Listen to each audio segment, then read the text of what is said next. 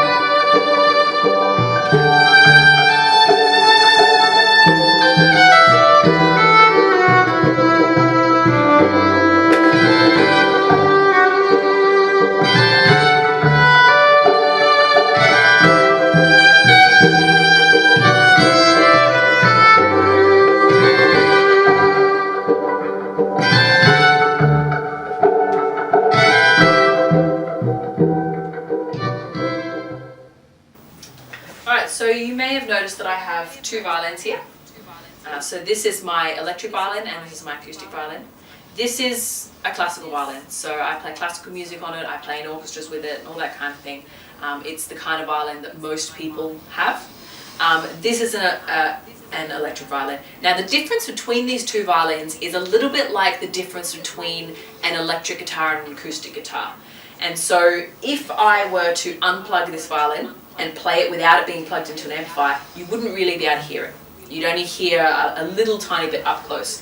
This violin, if I unplug it and don't have it through an amplifier and I play it, you'll still be able to hear it. You'll still be able to hear it really well, and you know, you can stand on a big concert hall stage and project into a large audience without a problem.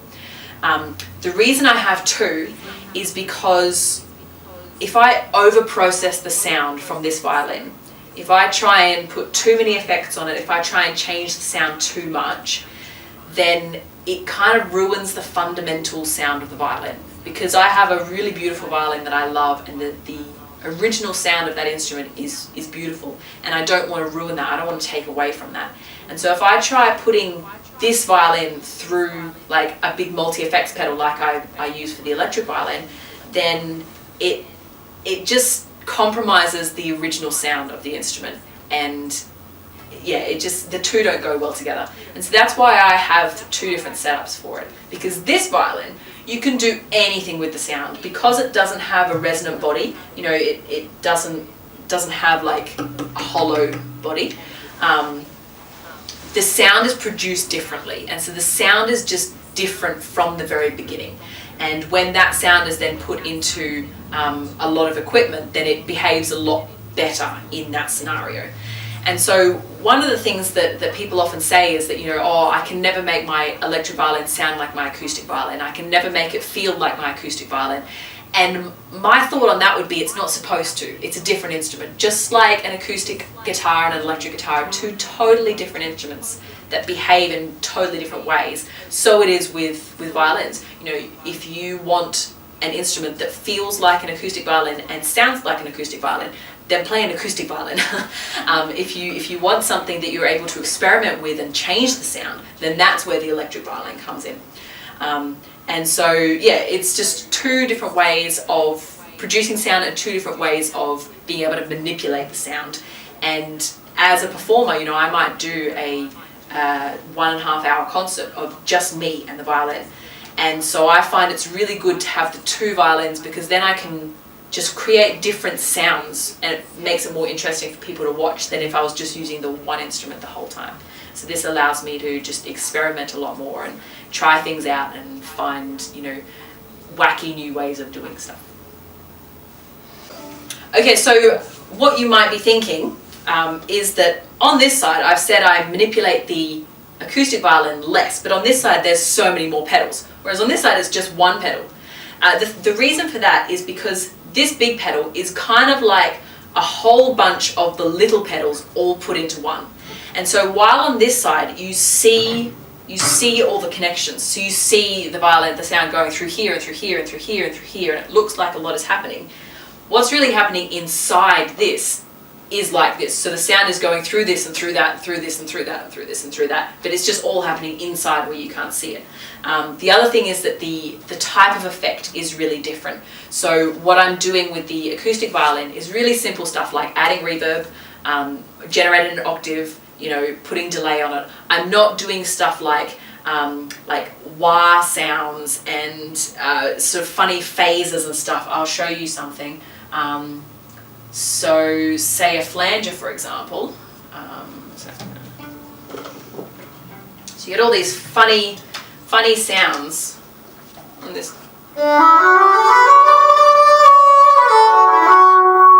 See how you kind of get that wah quality?